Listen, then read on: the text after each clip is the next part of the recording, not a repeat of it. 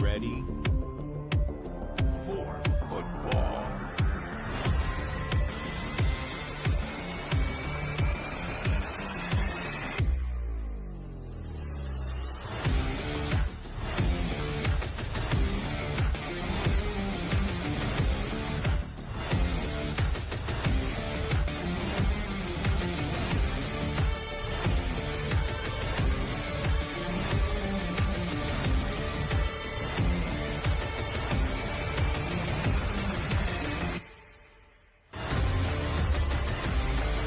Welcome to the NFL Pregame Report. Good people, it's another week. Let's have a little fun this week. I want to be on the bottom. It's another week, another episode, NFL Pregame Report. This is your boy, Cool McCain. And above me, on this side, we've got TJ. What's up, TJ? Hey, how's it going, man? Can't complain, man. Oh, and by the way, TJ, you guys are all right with me. You guys are definitely all right with me. On this side over here, we have our own specific Skip Bayless. We call him Sid Bayless. Yeah. What's up? All those things. What's going on, man? He goes by Sid Green, but that's not what we call him. Hey, shout out to the Florida Gators and the CU Buffs, man. My college teams won. It's going to be a good weekend. Shout out to the Pittsburgh Steelers, who, along with us, we had a PA beatdown of the Washington Commanders this week as they went 0-2 against Pennsylvania teams. And to second place in the NFC East behind the rightful champs. Yeah. And I want to give a shout out to the ACC referees. Y'all make the NFL refs look great. That, sir, may be the comment of the day, at least so far, for sure. Love it. But yeah, it's been a crazy weekend in sports, y'all. And now we're gonna top it off with NFL Sunday. So we had an NFL Thursday, we had an NFL Monday. We'll talk about NFL Thursday. We definitely gonna talk about that. But got a couple of other pieces of business to get to, right? As much as I would like to spend the entirety of the show talking about how great we looked, and then talking about how great the Steelers looked on Sunday against the Commanders, there's an actual show we have to do, and I don't think everybody wants to sit here and hear me talk about us and the Steelers beating the Commanders, even though I could talk about that for 2 hours easily. So we'll start off at this point, guys. And this is just a discussion. If anybody listening, you want to hop in the comments and give us your thoughts, feel free to. So the question was posed, and I thought it was a very good question. Does the NFL have a problem with development for young quarterbacks? And you'll have people that will point out, like CJ Stroud last year, right? Bo Nix this year, Jaden Daniels this year.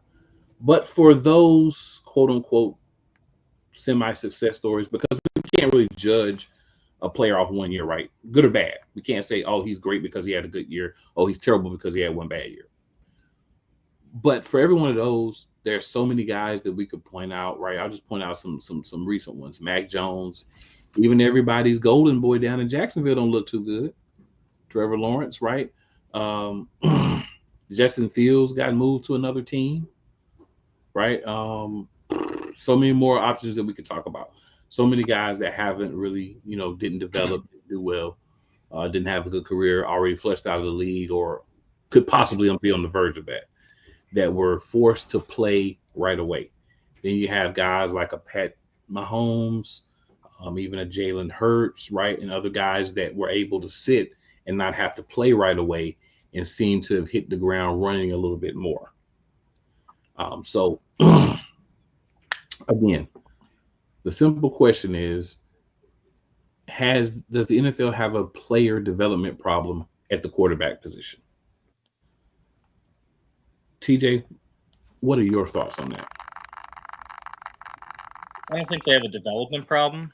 I think it's more of a timing issue. Back in the day, and by back in the day, like even as soon as 15, 20 years ago, if you drafted a quarterback, unless you were in a dire situation or an injury happened at the starting quarterback position, that rookie didn't see the field for at least half to 3/4 of the first season, ideally not until his second or maybe even third year. Mm-hmm. Now it's guys get drafted. Oh, he's day one ready. No, he's not. College is a totally different world than the NFL. College is basically, they know, win right now because they only have guys for 2 to 3 years. And If quite that frankly, in now. college, if that, and quite frankly, in college, if you don't win for one season as a head coach, you might be out. So Mhm. you're going to do whatever it takes. You're not going to have a pro style offense if that's not what's working. But to get back to the NFL, guys need more time to adjust, to acclimate. You're not Alabama going up against Citadel College every week. Now you're going to every week you're going up against the Clemsons, the LSUs, the Georgias, the Clemson, the Alabamas. That's that to me is the biggest difference, is they don't give them enough time to relax and take it all in and learn. So couldn't you quantify that as development though, right? Because you're not giving them the opportunity to learn and develop. No. Okay. Say it. What To are your that thoughts? point, yeah. Yeah, I think it's the same thing like you said. I mean, I think it's really like a scout problem. It's a GM problem. It's a coach problem.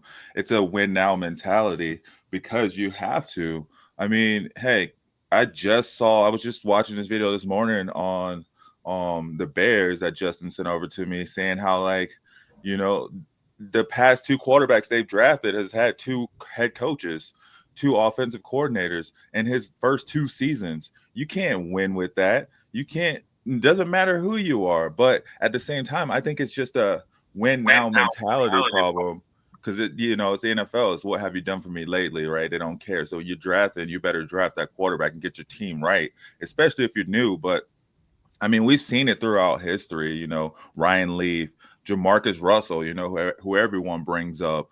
Tim Couch, Achilles Smith, Matt Leinart. There's so many quarterbacks that were drafted by teams that were desperate for quarterbacks, but now we're seeing 4, 5, 6 teams drafting a quarterback in the first, 8 picks of the draft. So of course we're like, dang, these better be really good quarterbacks for these teams. All these teams to make a reach.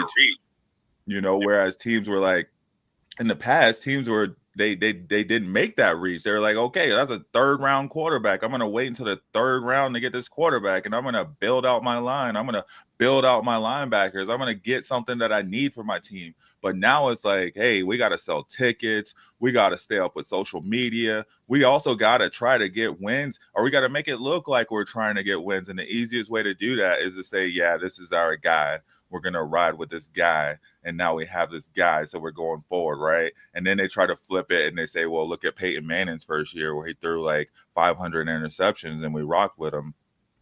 So, I mean, while it does at the root of it, you do see it being a developmental problem. It doesn't even have a chance to get to that point because it's already screwed from the beginning, because these teams are just like, oh, that's my guy. Like, you haven't even, maybe guys that are diehard college football fans have heard these guys' names once or twice, but I feel like I'm not hearing names of quarterbacks until a month before the draft. And they're like, oh, this guy's been good. He comes out of, Manassas University and he threw for, 19,000 yards. Doesn't matter that he had 400 interceptions. This guy is very mobile. And we all just eat it up and and we're on these we're fans of these teams. We're like, yeah, we want a quarterback. We see the younger quarterbacks, prevailing, but like you said, the ones that are the ones that seem to be prevailing are the ones that had the chance to sit and wait. I mean, even Patty Mahomes got to wait until the end of his first season before he came in. And it wasn't a stress situation. It wasn't like I guess Alex Smith wasn't even hurt. They just put him in. And the Chiefs had a winning record. That week. Yeah, they're arresting him that week. So it wasn't even like a stress situation. And you're seeing that. I mean, of course, you're gonna see like your Jaden Daniels and your CJ Strouds that are in perfect situations. So it seems as if they're being developed, but they're just great. They're just really, really good. And that's why they should have went, 1 and 2. But yeah, for the most part, I think it's just these other teams just trying to keep up and feeling like, damn, like if you don't have that guy, you're gonna be behind. and you may not win it all, but it gives you a chance, hopefully, right? Instead of actually looking for that guy or going all in for that guy. Yeah. I'm going to say, yes, the NFL does have a development problem. And honestly, you guys have made 95% of the points for me. You just don't want to, I guess you want to word it differently for how you feel about it. But in my opinion, yes, they do have a problem. And the problem is you are overdrafting guys because everybody wants to have the next big quarterback, and you can't win without a quarterback. But there's another part of this that's like they don't understand. If you take a guy that's not very good right now, but has potential, the big P word, and you throw him out there behind a bad line without enough talent, without the right coaching, he's not going to be a good player. And 9 times out of 10, the teams that are drafting at the top are drafting there because they suck. I mean, whoever team it is, they suck. That's why they're drafting at the top, to get the best opportunity to get players to get better. So the problem is we have guys that are not prepared to go out and endure the rigors of a full NFL season. They haven't had any type of controversy that they had to overcome or anything. These guys are being thrown out from day one, named starters in some situations from when they're drafted. They haven't earned anything. Even 10 years ago, when we already were into this quarterback craze, you got drafted, but you had to beat out the veteran that was already on the team to get the job. You literally had to beat him out, not just walk in and you had a job because you were the top pick. You had to beat out the guy that was already there, that was brought in to challenge you. You brought in someone to challenge these guys and make these guys have to work and show you that they're the best options for your team. And if they couldn't show you they were the best option, they didn't start the season as your quarterback. Now, what would happen is throughout the season, a lot of these guys would get opportunities due to injuries, due to finally doing everything that the team expected of them to allow them to be the starter, but they weren't just given the role. A lot of entitlement happens throughout these kids' life, and if you're going to break it, the time to break it is when they get to the NFL. They don't break it, they continue it. So then these young men, I should say, by the time they get to the NFL, these young men are so used to being in situations where it's like, it's not my fault, right? Like, I did what I was supposed to do. The defense didn't do their job. He didn't catch the ball. The line didn't block. The running back didn't run. When a lot of it is you as who you are, you the player, have to develop.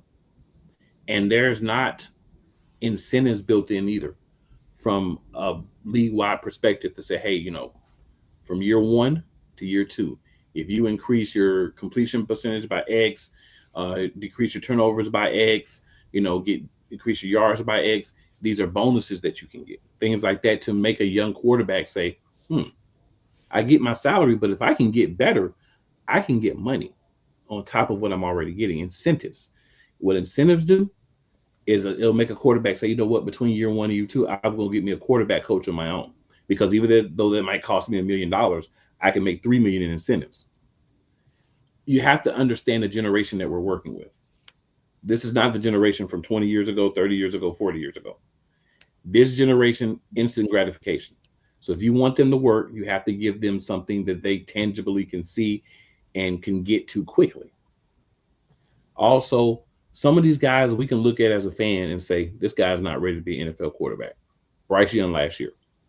Not that he shouldn't have been the number 1 overall pick if he was going to be developed, if he was going to be going to a team that would say, you know what, he's not ready yet, but in a year, maybe he might be the guy.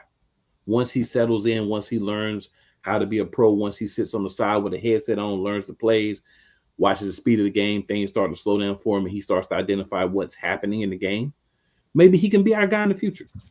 But instead, we're going to throw him out there year 1, game 1, knowing that this team is not going to support him because it doesn't have the talent to, but we're still going to put him out there. We're not going to protect him.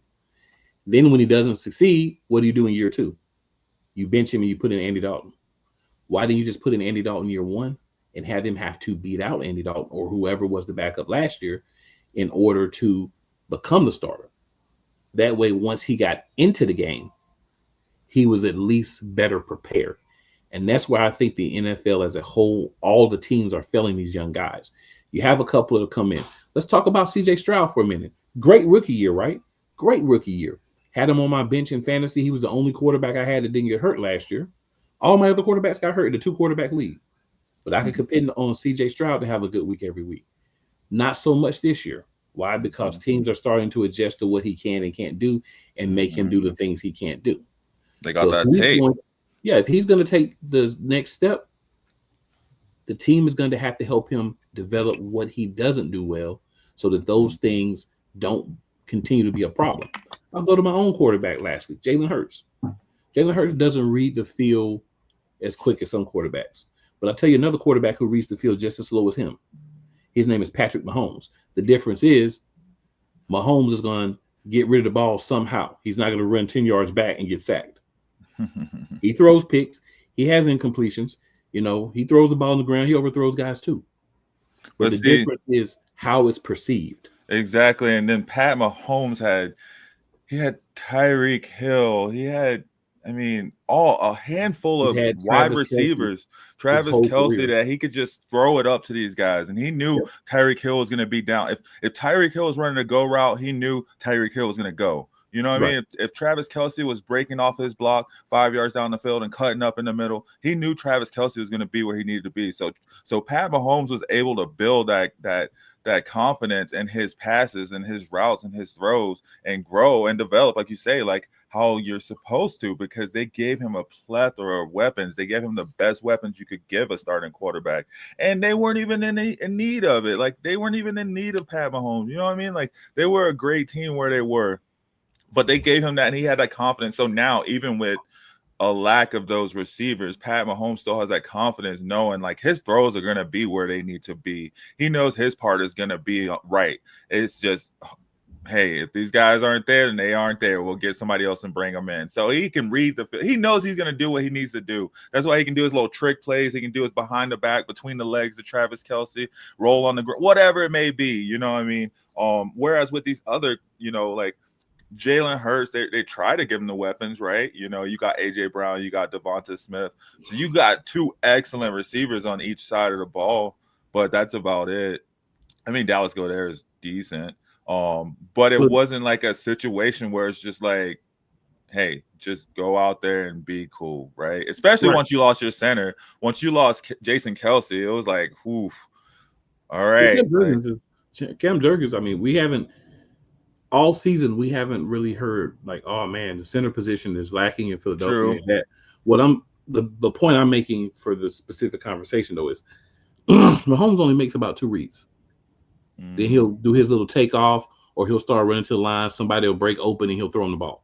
He's not sitting back there in the pocket, standing in the pocket and reading from right to left in 2 to 3 seconds. He's not doing that either. Yeah. But because of the team that he's on, we know they get help from the refs. And also the players that he has, right? They didn't have a good year receiving last year. What did they do? The trade deadline, they trade for DeAndre Hopkins. He's not prime DeAndre Hopkins, but he's better than everything else that they have at this time. Wide receiver. Exactly. You still got Travis Kelce there, right? You got weapons out of the backfield. Kareem Hunt has been a revelation for them. Catching the ball, the backfield, running the ball, all the things. And they'll throw the ball to other guys. They'll make the plays when they're there, but they're not asked to be the focal point of the offense. Same type of development. The only difference is he got a year to sit to understand the speed of the game, right? He didn't have to get thrown in week 1. Same thing with Hurts. He didn't have to get thrown in week 1. They still have deficiencies, but they haven't been in the league 6, 7, 8 years yet. So there's time for them to still work on those deficiencies. And they have teams that they have coordinators, they have head coaches that are saying, let's do the things that they do well for the most part. And that's what the difference is between those young guys, I think, that come in that have the potential, that play well, and those that end up washing out or end up being a career backup. They're not getting the opportunities to have the offense tailored to them. Lamar Jackson's another example. You have to tailor an offense to what Lamar Jackson does. But if you do, you got an MVP that's going to have you perennially in the hunt to try to win a Super Bowl. Will he win one? Only time will tell. But you'll be in that hunt every year. You'll be talked about if Lamar Jackson is behind your center. And they brought in the right OC that knew that. So finally, Harbaugh didn't have to worry about building it out. They had the OC that was on point. Somebody that said, this is what you do well. This is what we are going to do. Hey, don't call Trevor Lawrence a bust. Other things. We're going to mix in the other things. that you don't do as well, little at a time, to help you work on them. So we can get tape of you doing them so that we can coach you and say, hey, in practice, this is what we're going to work on. That's the part to me that's missing. What you do on game day, what you do on film, when they do get in. Because even if you're not playing and you're the second quarterback your first year or your first 6 games, there's going to be 1 or 2 games where you're either getting beat down or you're beating somebody down. You can throw that guy in and let him get some work. You get the tape on them. You start developing and working on what you see him do from the tape. I don't think the NFL has done anywhere near a good enough job of that particular piece as a whole, right? Do you think because I mean that's essentially what the 49ers did with Brock Purdy, right? Is it? Well, I mean holding him off, not throwing him in there.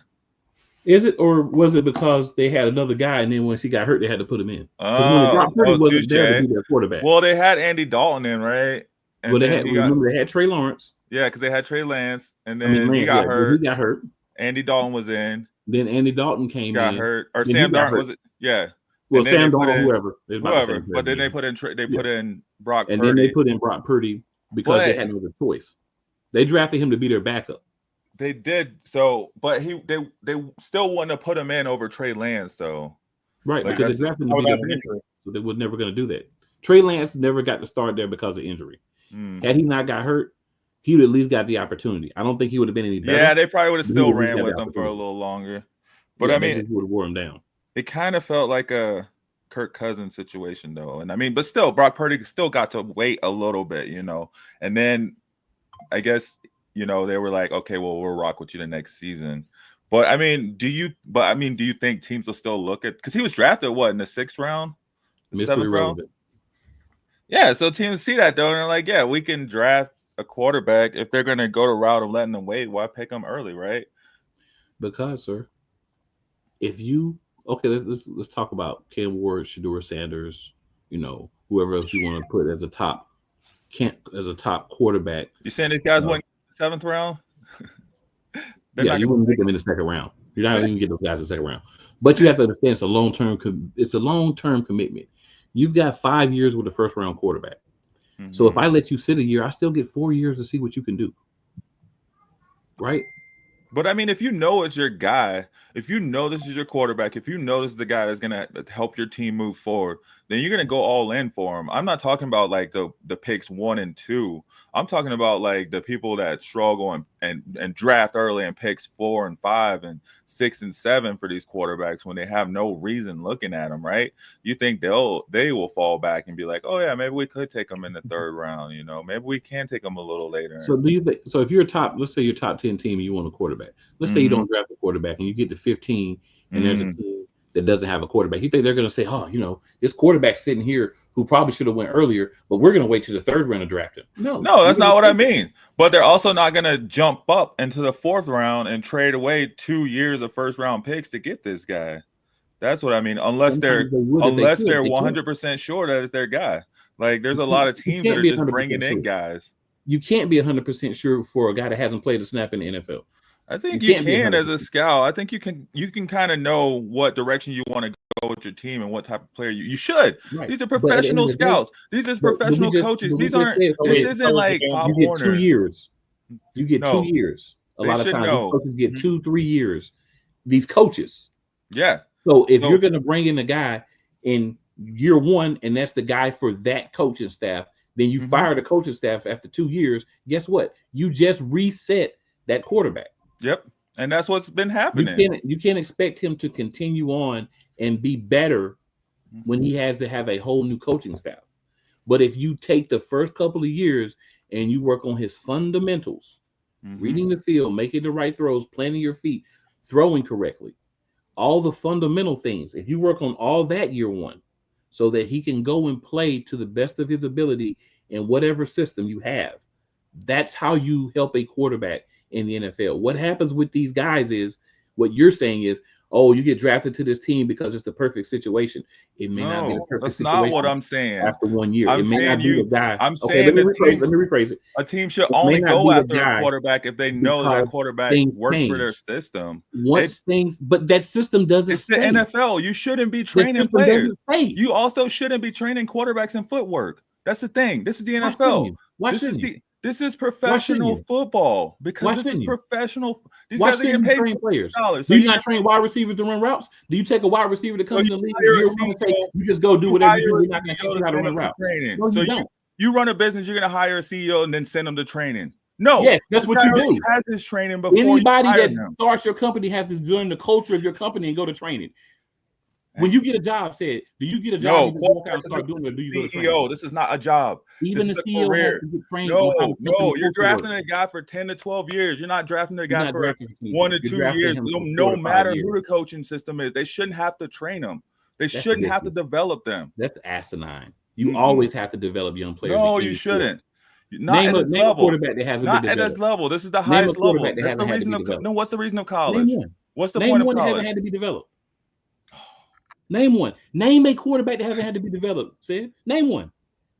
It doesn't. It's not a matter. It doesn't You have can't to be name developed one because there isn't one. What do you mean there isn't one? I feel Name like every a great quarterback quarterback in the knew NFL what they that needed to didn't fix have and to they be fixed it. Yeah, there are a couple things they need to fix, but you shouldn't have to fix the footwork. You shouldn't have to break down a quarterback's throw. Everybody, those are examples of things that may need to be fixed. Then they shouldn't be drafted. Then they shouldn't have been drafted. Then they shouldn't have been drafted until later in the draft or Mr. Irrelevant. That's what I'm saying. That's why the 49ers did it right with Brock Purdy as a backup. That's what I'm saying. In my opinion. No, you're not going to spend millions of dollars and be like, hey, you know what? I'm going to turn around and spend another couple $100,000 to make sure you get right. Let's make sure you get right and go ahead, take your time and do it. That's what you're doing. If I'm drafting you in the first round, no. You're taking a risk. If you're drafted in the first round, you're drafted to play early. If they're not going to play early, don't draft them that early. If you're not ready. You don't put a guy out that hasn't developed to the point where he's ready. Exactly. So then you don't draft them that early if they're not that developed. Well, he's not going to be there if you don't draft them early.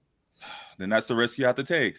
Then maybe you have to sit back and analyze what you're doing to scout these players. Analyze how you're sitting there analyzing these players. Maybe you should look at the person, your player personnel, the person that's sitting there watching these college games. Don't sit and watch the last 2 college games and say, okay, that's my quarterback. Don't watch their season.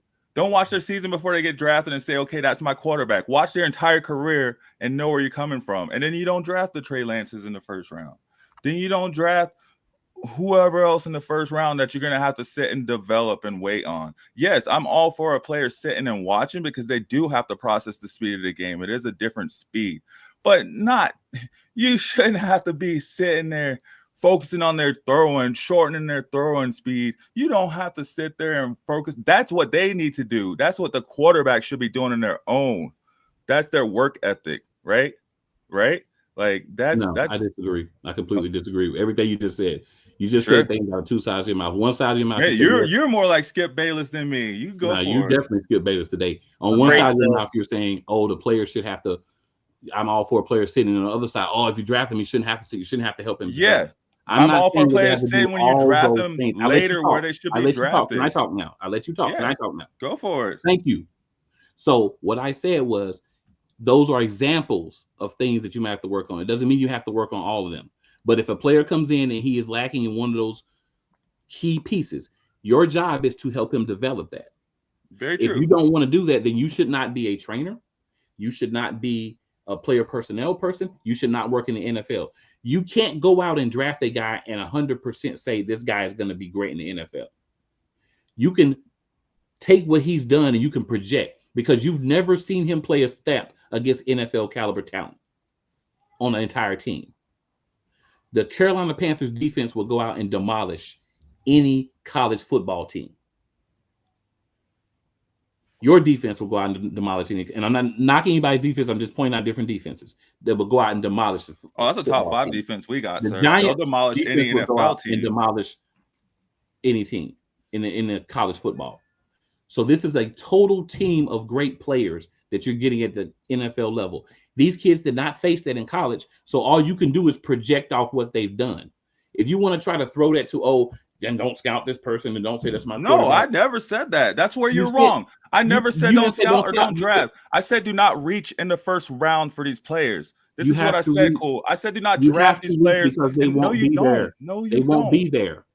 That's why teams are drafting quarterbacks and they're busting out, because they have that scarcity mentality. They will not be there. Then scout better. You know what? There's how many teams are in just Division 1A in the college football. All right. What is it, like I got a 100 question for you. teams? I got a question for you. 100 teams? How many teams are in Division 1, 2A? I got a question for you. Yes. I got a question for you because that's irrelevant.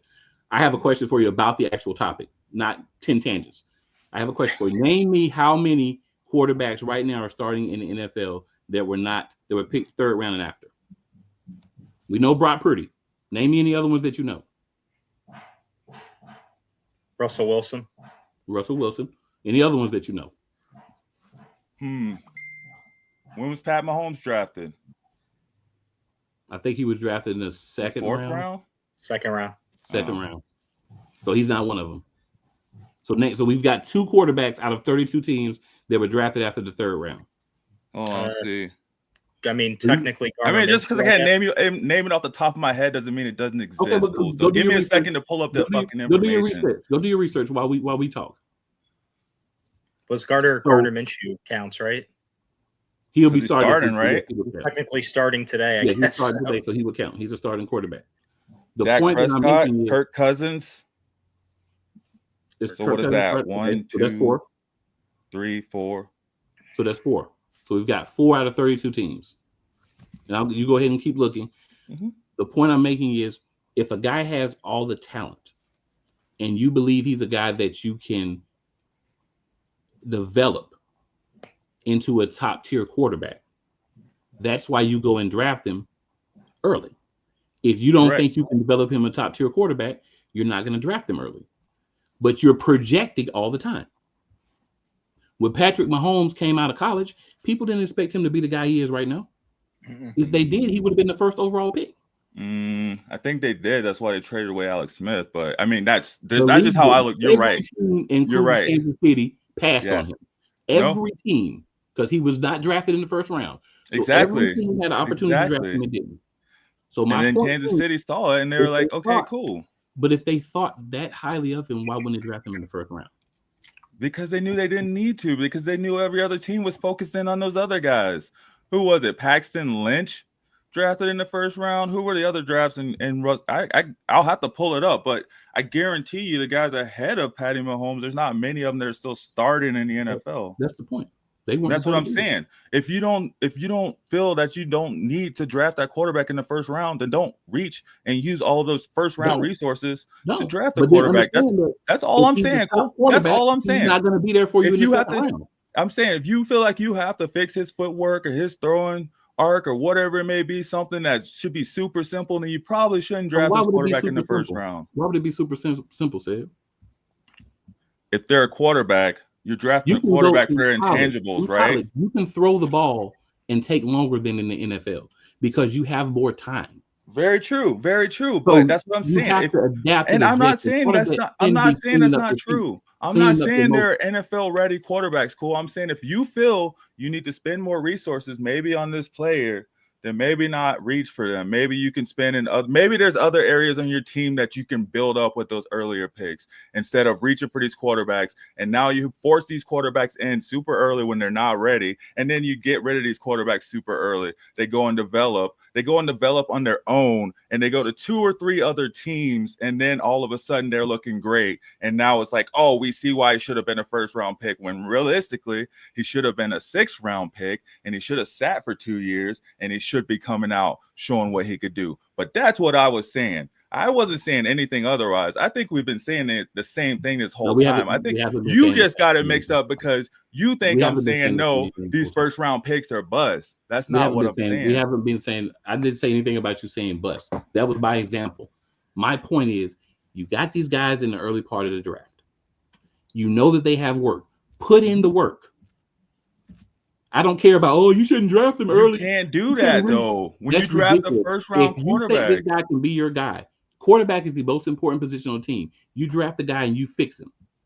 If you don't think teams should take the time to fix him, then I see why you are not working in the NFL. I never said they shouldn't take the time to fix them. I said maybe they shouldn't draft them so early and force them out there so early. Meaning, obviously, if they're not forcing them out there. If they're not going out there early, they're not just sitting on the bench just watching, right? I'm pretty sure they're developing the player while they're sitting if they don't force them out there so early. But I guess what I'm saying is maybe a little bit wrong. You're right. So who are the top 10 MVPs? Who are your MVPs so far this season? I have a different opinion. And the last thought I have, TJ, first, I'll let you go if you have any other thoughts because you haven't said too much. You have any other thoughts on this, sir? We're not just going to go on because it might not like what I'm Days are doing. And let's You have keep any it thoughts, sir? going. Hey, I'm a former football coach, so I'm just keeping my thoughts to myself. That's fair. There's a reason why they call it coaching them up. That's all I'm going to say. Exactly. You don't expect the guy to come in week 1, year 1, or even year 2 and be his best version. He's growing and learning and developing throughout his career. If Very you're not going to true. spend the time to grow, learn, and develop quarterbacks, then you shouldn't be part of NFL organizations.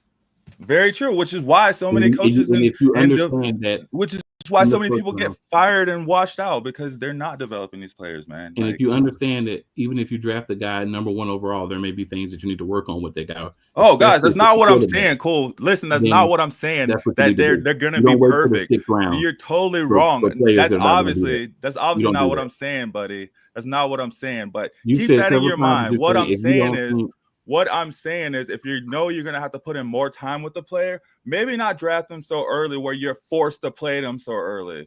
Maybe you're not not forced, do that. you're never But you're right. forced to You're play him. right. Maybe somebody else will jump on it and then let it You're be somebody never else's forced grenade. to play a player. That's You're a right. decision that the organization makes. Just grab the player because you're afraid someone else may grab them because you need a quarterback. So you You better never grab one of are the 10 forced irrelevant quarterbacks out there early to play a before the player. next team grabs this irrelevant quarterback and they're off your team and you're fired halfway through the season. You're You're right. never forced to play a player. You're If a right. player's not ready, you don't play him. If they're ready, you play them. That's how sports go. I don't know. I feel like the first round pick doesn't look ready to play, but they're being forced to play him again, and they're gonna fire Well, a how are coach they being forced? again, like they did with their last first round pick. Again, that They're wasn't not being ready, and then forced their unless first you're round in pick before Charlotte. that, again, that wasn't ready. But you're Unless right. you're in Charlotte. You're right. They Forced to have play him. time. They have time to develop them. The coaches have the time. You're right. They don't get fired for underperformance. Not at all. But they also can get fired if they throw a guy out there that's not ready and he doesn't look good. But that doesn't happen, right? It only happens one way. Come on, man. Agree to agree, because I'm pretty sure we're saying the same thing. We definitely not. But we'll move on to our top 10 MVP picks, and we'll let Sid give us the list of. His list. Well, I got to change my list because they're not all first round picks. So I don't know. I got to change my list up. You can go first. Well, hurry up. No, we want you. No, I got to get first round picks. You do your list. We didn't say you had to be first round picks. You already came up with your list. Give it to us. They can't be MVPs. They're not first round picks. So let me do my list again with players that are ready to go. So are you going to do the list or not? I'm not. I'm going to come back to it. We're not going to come back to you. We got to go. You either do it now or we'll just. Oh, now we have to go. Okay. Okay. Before we had the time. Now we don't have the time. You're wasting it now. Can you give us your list? I don't have my list. Go for it. TJ, what's your list? I don't have a full 10, but a couple names that just popped out to me, which really that's what it's all about. It's all about eye appeal, and that's Jared Goff. You got to give him his due. Cast away to Detroit a few years ago, but he's been solid the past couple of years, and this year he's doing a lot of good down there, getting wins and looking good on the stat sheet. Has the city behind him. He's got to be up there. Not having the best season numbers wise statistically, but everyone's always going to say Patrick Mahomes because he is the face of the league. So whether it's right or wrong, he's going to be thrown in there. Josh Allen, I think should also be in consideration in terms of quarterbacks, just because of what he's doing in Buffalo. He's having a good season, and they got rid of Diggs. He's still putting up good numbers, still getting wins together. And then you got to remember Derrick Henry. The guy, new team, new scheme. The first week or two, it looked a little bumpy. Looked like they didn't quite know how to work with him and Jackson together in the backfield, but the guy's been lighting it up. I just saw a stat earlier because they're going up against the Steelers that he has scored a touchdown, at least one in every single game this season. Has to be, quarterback dominated decision, but at running back, he's got to be the number one choice. Other than that, it's kind of up for grabs. A lot of big names here and there, but those are my top, 3 or 4 guys that I think have a real shot at it. At the end of the season. You have your list. You have your list set. I'll give you my top 3. I got Justin Herbert. Let me see. Joe Burrow and Brock Purdy. Had Jared Goff, but that 5-pick game kind of was scary. All right, so Even though he not won. not in order, but I'll give you No. my list. Lamar Jackson, Josh Allen, Derrick Henry. I do agree, Jared Goff. Jaden Daniels has to be in that conversation. Saquon Barkley would be in that conversation. Mahomes is in that conversation. Hurts is in that conversation. On the defensive side of the ball, it's kind of hard, right? Because it's hard to really give the award to a defensive player. Not saying that there aren't any that are worthy, but it's kind of tricky to give it to a defensive player. But those are some of the guys that I looked at and thought, yeah, maybe not a full 10. Maybe 10 was a little bit of a reach, but at least give people the opportunity to get as many out as they wanted. But I feel like a lot of guys have the possibility halfway through the season of being the MVP. Of course, I'm sure you would agree. Both of you guys would agree. One of the big things about it is how well you do the remainder of the season, right? We look at these guys halfway through and you say, okay, these are guys that are in that conversation. And then what will they do the rest of the season? I would throw Joe Burrow in that conversation as well. And I think that's about 9 or 10 for me. But it's exciting to see who we think now. Then we turn around in 7, 8 more weeks and see who we think then. And I'm sure there will be a different group of people. I feel like it's kind of been the same group consistently throughout, especially at the top, right? Well, Barkley hasn't been in the MVP conversation in Lord knows how long. And Hurts, I guess he emerged about half a year last year. And at the beginning of the season, Patrick Mahomes would have been a shoo-in, but now he's like maybe barely in the top 10. Yeah, right. He would definitely be in the lower part of the top 10 now, just because they haven't performed well. They win games because they're NFL's favorite, but they haven't done too much actually on the field. So with Jaden Daniels being in that conversation, are we saying he's a runaway for Rookie of the Year? Offensive Rookie of the Year, he would be the guy I would be looking at right now. But again, we're halfway through the season. Defensive Rookie of the Year, I think, is maybe 2 people. And I'm going to, of course, go with my guy, Mr. Lockdown himself. I will not say Guantanamo Bay ever again, but Quinyon Mitchell would be my pick for Defensive Rookie of the Year. Beanie Bishop. Hate the nickname, love the player. All right, let's do a quick thing here, guys. We didn't have a lot of topics today, so we had some time. We could really kind of dig into it, right? Because sometimes you just want to have a couple of topics and really be able to get into it. Other one, most surprising and most disappointing team for you for the first half of the season. Sid, are you prepared to go first for this one, or do you need a little more time to look into it? No, I'll go. Most surprising team, I guess you would have to say, would be Washington, right? I mean, well, not right, but in my opinion, Okay. I would say Washington. Arizona kind of is around there. They're hovering around. They seem to be clicking in. Seems to be Kyler Murray is taking a little bit of break away from his game to show us big people what he could do, right? So I'd have to put, Washington and Arizona up there as my most surprising team so far. Well, I don't know.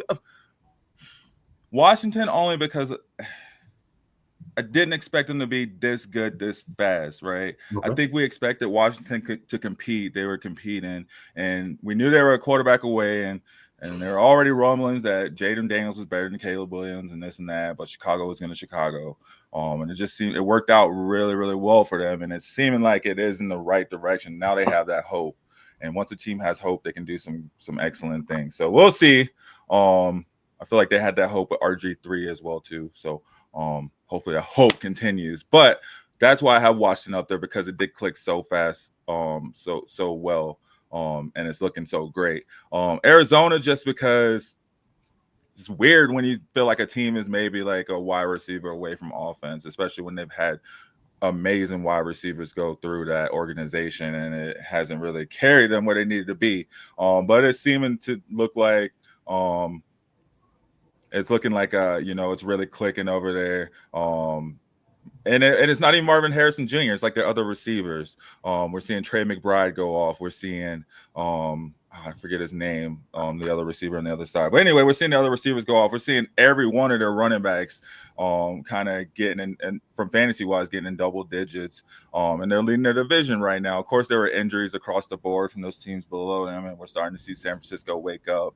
But right now, they're still leading their division, and they have a punter's chance to make the playoffs as long as they keep it going. So it's, I mean, I didn't expect to see them there. Now, my disappointments on the other side, man, I was hoping to see, I was really hoping to see the Broncos beat the Chiefs last week. So that was my disappointment of the season, but they're not my disappointing team. I'd say the Jets, man, the Jets. We expected, we gave Aaron Rodgers what he wanted. He's had everything he's wanted since he got over to New York, and it just hasn't been working for him.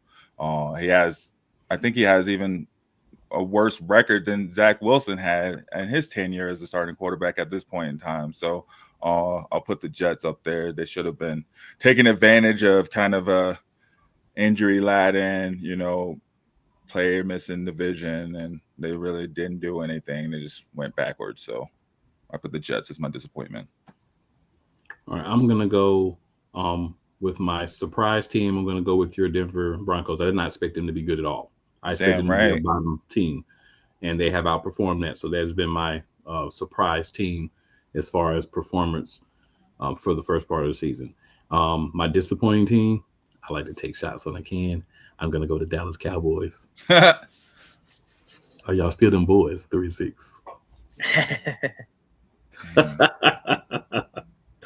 TJ, what you got? My surprise pick would be the Minnesota Vikings. Not just because of going into the season, with getting rid of Kirk Cousins, Dalvin Cook, things like that, but also their replacement for him, JJ McCarthy, got hurt. Sam Darnold comes in, and everyone's kind of laughing and low key, thinking maybe 3 to 5 wins this season's the ceiling for him. Here they are at, 7 wins already. Second place in the division, only behind the Detroit Lions, looking like a solid playoff team. And my disappointment would also be the Dallas Cowboys, just because, man, what is going on? It is literally a circus over there right now. Dak's out for the season. You got headlines coming out of Dallas. They're talking about sunlight in the stadium right now. Sunlight in the stadium. Come on. CD crying about sunlight in the stadium.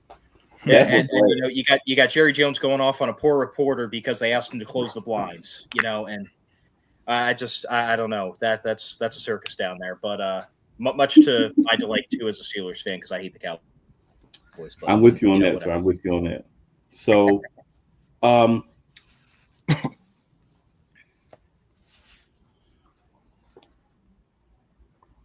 going to be exiting stage right as I have something I have to do, but these two gentlemen will be finishing things up for you. They'll be talking a Thursday night football game, and then they'll be giving you their picks for all the other games, and then any other thoughts that they have.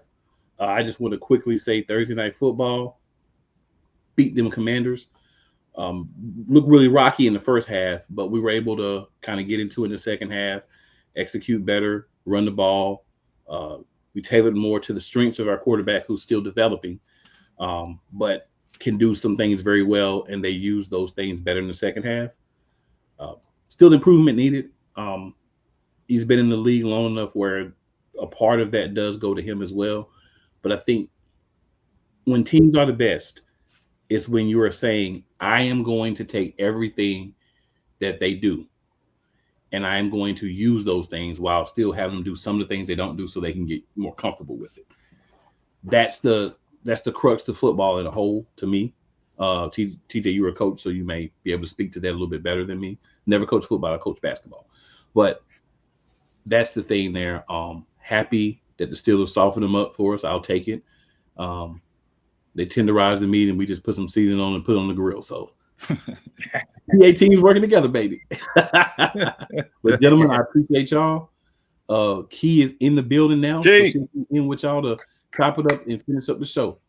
I hate both y'all teams. That's all I'm gonna say. Don't be mad. Don't be mad. Don't be mad. Hey. Don't be mad. That Thursday night game, I will give my props to the Eagles. From what I saw, it felt like a team that really studied their tape. They knew what they were hoping to stop Jaden Daniels from doing, and they were able to execute, especially in that second half, man. When you Saquon, beast mode. He just took that offense on his back and carried y'all to victory. But the defense, man, I saw that defense. They attacked when they should have attacked. You know, they were right where they needed to be. They were not letting Jaden Daniels gash them up and down the field with his runs. Welcome to Guantanamo Bay, baby. And Quinton well, Mitchell, and then on the Washington side defensive too, rookie of the though. year. On the Washington side too, I just felt like Jaden Daniels is hurt, man. Like he needs to take some time off and rest, and they can't. They can't. They got to keep their foot in the gas pedal, keep it going. Unfortunately, and this is the NFL, man. Welcome to the NFL, right? You can't stop when you're tired. You see what happened to Anthony Richardson. You gotta go if you say you're tired. So I feel like we're seeing a hurt Jaden Daniels.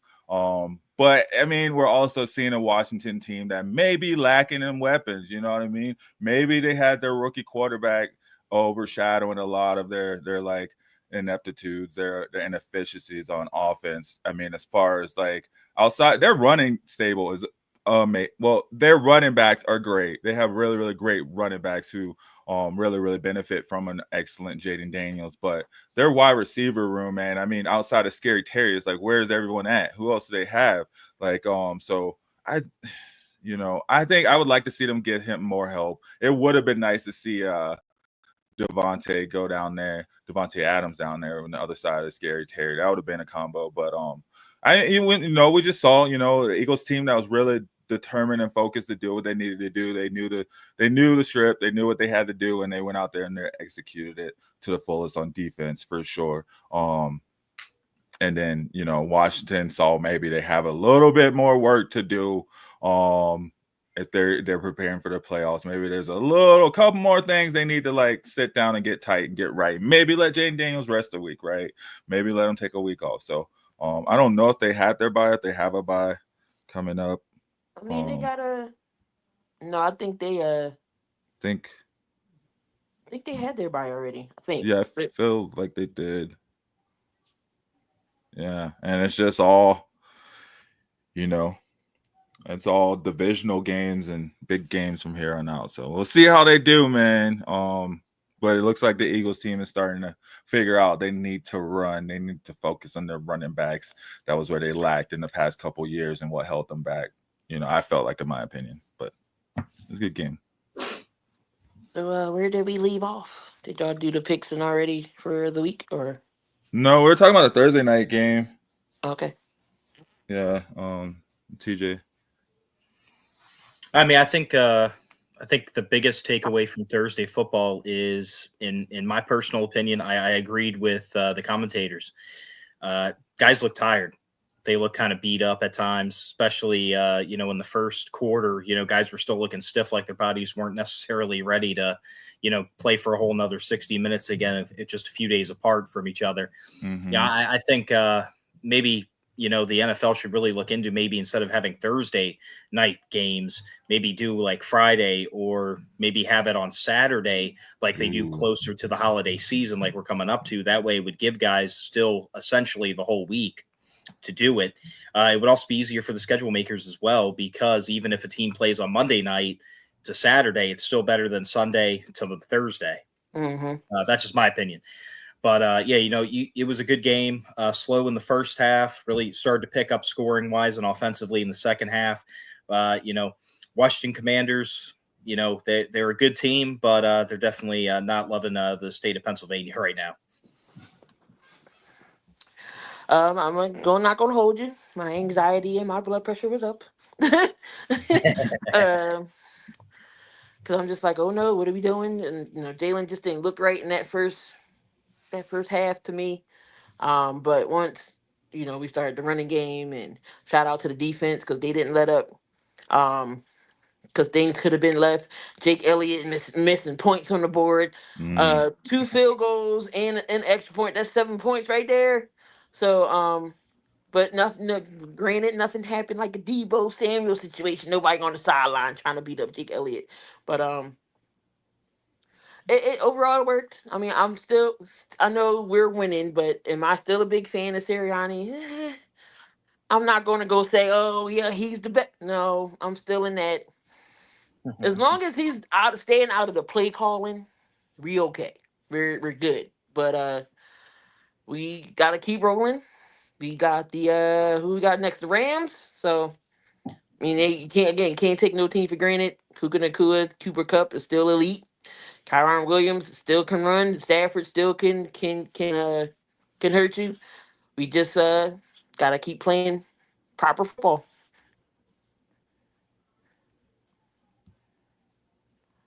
Yeah. All right, let's see, because y'all kind of catching me in off guard. I'm still waiting for my ride, so anytime I gotta go. But hold on, let me switch to my laptop real quick, but so I can see this list. Yeah, I think when next it says just a highlight game. So on the first one, the Ravens and the Steelers. Steelers suck, so hopefully they lose. Oh, Right. crazy part is I got them winning today. I know Lamar hasn't. He's beat him. Has he beat him once? I don't think he's. They haven't played each other yet. Yeah, he hasn't played them. No, Steelers haven't played a single. Oh, in his career? In his career, I don't think Lamar Jackson has beat the Steelers. I think like once. Once, maybe. Let's see. But yeah. I saw something about that the other day. And then when they did beat him, he wasn't playing. But yeah, I think both games last year he was hurt for the games or whatever, held out. Mm-hmm. Today's the day, though. Today's the day. He has two wins and 4 losses, but the 2 wins came earlier in his career, so not recently. Has he beat him? But he also hasn't had King Henry on his side those other times either. Man, the Steelers are looking like a solid team right now with Captain Russ for sure. I guess Mike Tomlin knew what he was talking about, right? We'll see, but we're gonna see today, because yeah, exactly. We'll see today against a good defense. O-line. What was that? Scrambling with a busted O-line would have been a nice option. Yeah, so I don't know. I think today is the day that Lamar, he has King on the side. I think they get the win. I got the Ravens. I mean, they beat the Broncos. All right. I mean, I just think that the Ravens, the Pittsburgh has the Ravens numbers. Now today will be the day that Lamar overcomes this. But until then, I'm still taking the Steelers. You can't knock the Steelers defense. Love TJ Watt. Love those guys back there. Cam Hayward. I just love, the Steelers always had a good. One thing about the Steelers, they offensively, let's not say I'm comparing y'all to the Bears, but just saying y'all not known for offense. It's more your defense that y'all known for. So it's just like the defense is elite. Yes, y'all got Mikey Williams, which was a good upgrade to help out George Pickens. You still got Najee Harris. Is Warren's not playing today, right, Jalen? No, I don't believe so. So y'all gonna have to run the ball with Najee Harris. If y'all want to beat this Baltimore team, try to contain Derrick Henry. That's all I can say. Contain Derrick Henry. Keep Lamar. Lamar's gonna get his yards regardless because he's mobile. But if y'all can contain Derrick Henry for the most part, make Lamar throw, might be a problem for Lamar. But like I said, I'm still taking the Steelers here in this game. Well, I've been salty at times this season. I did have picked the Jets over the Steelers out of spite because of Mike Tomlin, but there's no amount of spite. I can never pick the Baltimore Ravens, especially over the Steelers. It's going to be definitely a tough game. They always are against Baltimore. I definitely remembered, speaking of blood pressure medicine, I definitely took mine this morning. I know that. But the thing that I think is going to be the difference is, number one, I really hope the Steelers install that Justin Fields supposed package that they have, because we're going to need something, because Russell Wilson cannot run, cannot scramble. The offensive line for the Steelers is busted up. Not only were they suspect healthy, you got injuries on the line now too. Baltimore pass defense is not the best this season. I believe they're the worst, but their front seven is still dangerous. They can still get to the quarterback and get into the backfield. The thing that I think is going to make the difference is exactly that, but on the opposite side, the Steelers' defensive front, the two franchise leaders in sacks are both active players on the team right now, Cam Hayward and TJ Watt. Man, I wish Highsmith was in. That would be even harder to deal with, but that's fine. We got solid depth at that position, so it's all good. I think it's going to be a closer game, but I think the Steelers are going to win one of those, 17-14, 20-17 kind of styles. All right, then we got the next highlight game. We got the Bengals and the Chargers. I'm still kind of torn over this game. It's like Bengals definitely need a win. Chargers, they're looking pretty good as well. But I'm going to go Cincinnati here. Joe Burrow, I picked, he can turn things around in this game, because that's definitely, if they lose another game, they can forget maybe possible wild card situation. They just gotta play better. I'm not sure. I don't know if T. Higgins is back this week. He is. And then, but I don't think Trey Hendrickson is out, isn't he? I think I seen something about he's hurt. He's questionable. Okay. He's expected to play. Give me the Bengals to bounce back, beating the Chargers this week. There we go. Yeah, I hope the Bengals beat the Chargers this week, right? So I got Bengals. How come? Yeah. Because I need the Broncos to gain some space away from these other guys so we can pop our way into the playoffs, hopefully, roll into the playoffs and do some damage. Both these teams, especially on the offensive side, are streaky at best, but I'm going to pick the Bengals for one last hurrah, because like he said, if they lose today, you can put a fork in them. They're done. Yeah. The Chargers, they can still afford a loss or two because they have a better record than the Bengals. So I'm going to go with the Bengals. I think they want it more. They have to have it. They need it more. Mm-hmm. All right, so now we can go into the regular games on the slate here. Jags and Lions. I don't think anybody needs to say who's going to win this game, because the Jags are awful. The Lions are rolling 8-1. The Lions is going to win this game. They got the Lions by negative 14 points. That's crazy. But yeah, isn't it in Jacksonville? They are in in Jacksonville. No, they're in Detroit. Oh, it's in Detroit. Oh yeah. That makes sense. No chance. Yeah, nah. Right. Any given Sunday, just not this Sunday. It's facts. Just not this Sunday. We got the Rams and the Patriots. Going Rams here. I don't see the Patriots doing what they did to the Bears last week. 9 sacks. They're not getting 9 sacks on Stafford. Nah. Yeah, Rams are starting to win. They need to keep putting some wins together after a slow start. I don't think the Pats pull another upset this week. I'm going Rams. Same. Rams. Toilet bowl game. You got the Saints and the Browns. Jameis Winston keeps setting picks. The Saints need a win here. I'm going to go New Orleans. Well, let me go Browns. I'm going to go Saints because I like to see the Brown fans cry. TJ's like, nobody in this North Division. Nope. We got the Colts against the Jets, and Anthony Richardson is back at QB. I like Anthony Richardson. For his sake, I hope the Colts get the victory. I also hate Aaron Rodgers, so there's that. Dang. I don't know. I took the Jets. Right. I'm going to go Jets as well. Vikings, Titans. I feel like this is the game right here that's going to sell me. Minnesota I'm still taking Minnesota though. But it's something the Titans could win this game though. I wouldn't put it past them, but I'm going Minnesota. Yeah, definitely a potential trap game for the Vikings, but I think they get the job done.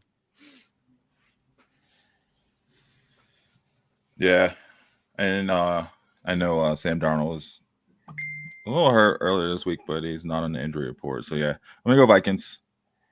Come on top. There's another toss-up I had too. The Raiders and Miami. The Raiders desperately need a win, but like TJ said, maybe not this Sunday. I'm taking Miami here. Yeah, Miami still has some kind of a shot. The Raiders, they're just a dumpster fire, and I mean they've had the fork in them for probably 2 weeks now. It's Miami's game to lose, in my opinion. And they got running game too with Miami. A-Chain, they can use somebody else. They still got Tyreek Hill. I mean, still got Tua. I don't see the Raiders beating Miami, so I'm going Miami here. And with the way the Raiders defense is played, I wouldn't be a bit surprised if Miami blows the top off this game by halftime. Got a division up. You taking who you taking, Sid? Oh, Miami, of course. Battle of the NFC North. We got the Bears going up against the Packers, and everybody's like, "Oh well, Tom Brady's talking to Caleb Williams. He's going to have a breakout game." No, they still don't have a line. Still don't have an offensive line to give him back there to even throw the ball. Going Packers here. Love both. Yeah, Packers are more stable right now, and they're looking more on the up and up. So Packers. Going to be a close game though. Yeah, I feel it'll be a close game too, but yeah, I got the Packers pulling this out. The Bears, I mean, they just need a little bit more time. They'll get there. And they said they're going back to basics. They're going to simplify the playbook for Caleb Williams today. So, but I'm still not picking. The Falcons and the Broncos. I said I'm not picking Atlanta no more. We going Denver. Bo Nix. Dang right. Every time I pick Atlanta, they sell me every time. So nope. Denver today. Yep. Where's the game at? It's here. Oh, in Denver. In Denver? Yeah, I'm going it's a coin toss game for me, but I'm going with the Broncos at home then. And realistically, they should have beat the Kansas City Chiefs last week. They had a blocked field goal and a questionable call. Surprise, surprise, go against them late. So I'm going to go with the Broncos because they're on the up and up. They got too pretty last week. That's all I'm gonna say. Maybe they didn't get too pretty, but I mean, maybe you just sit in the middle of the hash marks, right? Maybe you don't try to come from an angle. Just kick the field. Just keep it simple, right? Kiss. Keep it simple. So, that was it wasn't a hard loss, but it was a hard loss. It was you feel like. Because I was like, yes, they about to beat the Chiefs, and I was like, oh my god, you got to almost had them. It's like that. All I saw was the commercial. Gotta be quick. Yeah, that commercial with the fishing rod. Like, you ready to get it? But at the same time, though, they shouldn't have even been in that position. They shouldn't have allowed the Chiefs to even go down and get those easy scores in the third quarter for sure. But at the same time, I mean, it was really promising. I think the Broncos really show what they can do, and they show they can hang with anybody. And if that's what it took for it to click in, I will take it. If we see more of this and more, I guess more of them continuing to grow as we move forward, right? Because no one expected them to be where they are, honestly, and they're looking really great. So I got them definitely pulling it off against the Falcons today. All right, another division matchup in the West and the NFC. You got the Seahawks and the 49ers. No Kittle for the 49ers. I think this is their game here. I still think the 49ers will win though. Oof. Well, I think the 49ers are going to win in a close game. But, I think the 6.5 point spread's a little much. I definitely pick Seattle with the points. But, straight up in real life, it's probably going to be the 49ers by 3 or 4. Man, the 49ers got so many players. They're hurt right now. I guess everybody has so many players hurt, but the 49ers have a lot of their key players banged up. I got the Seahawks pulling this one out, man. That running game is looking pretty vicious right now. And DK is Geno just a Smith train. beast. Huh?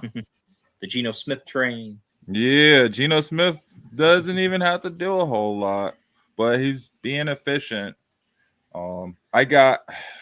It's a coin toss. I got Seahawks pulling it out. Wait, where is it at? Looks like it's in Santa Clara. Oh, I guess it's like a home game for both of them anyway. It's not really much, not like that different. But anyway, I got Seahawks pulling it out.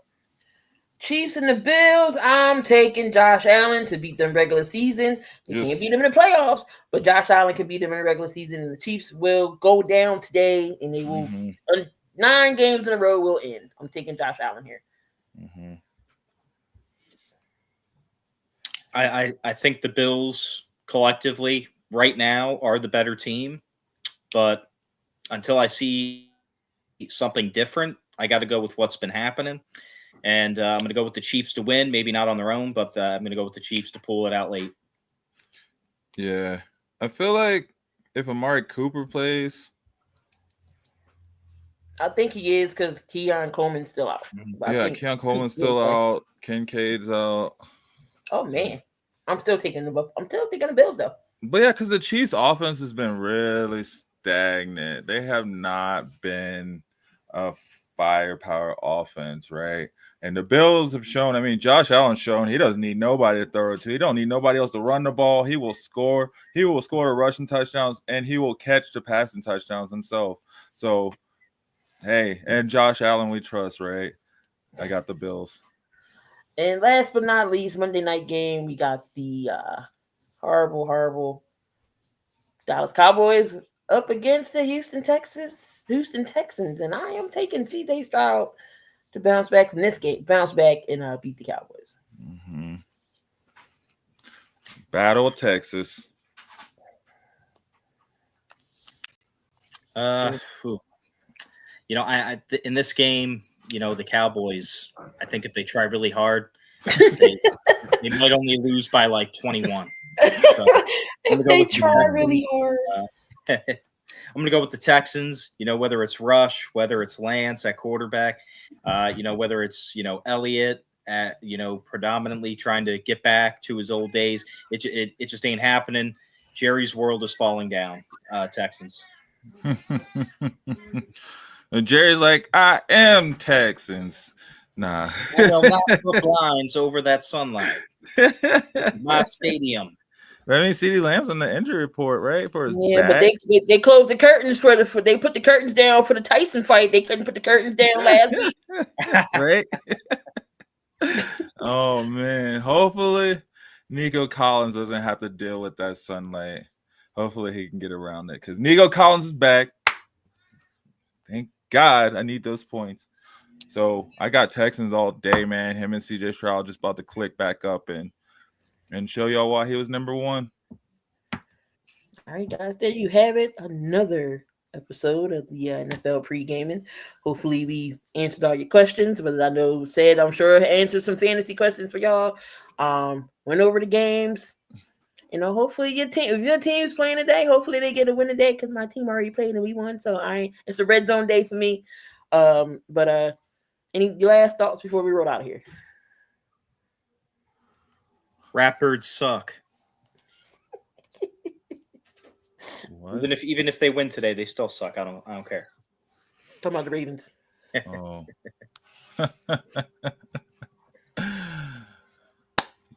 Go Broncos. And Bo Nix we trust. And Bo Nix, we believe. Rookie of the year. ROY. He was rookie of the week. He was rookie of the month. But I guess that's just over here. Guys, you catch me tonight on Fantasy Football Reports talking about those fantasy scores. So it'll be instant reactions to some of these games that are about to go on. All right, y'all. We see y'all back here next Sunday. Same time, same place, same channel. Sports Wave Network and also the Shady Sports Network as well. Enjoy y'all evening. The rest of the afternoon. Don't get too drunk. Don't get too crazy. And please don't break the TV if your team don't win. Please don't. You know Black Friday's coming. That's not an excuse to say you need a new TV. It is a good excuse to get a new TV. We'll see you guys next week. Are you ready?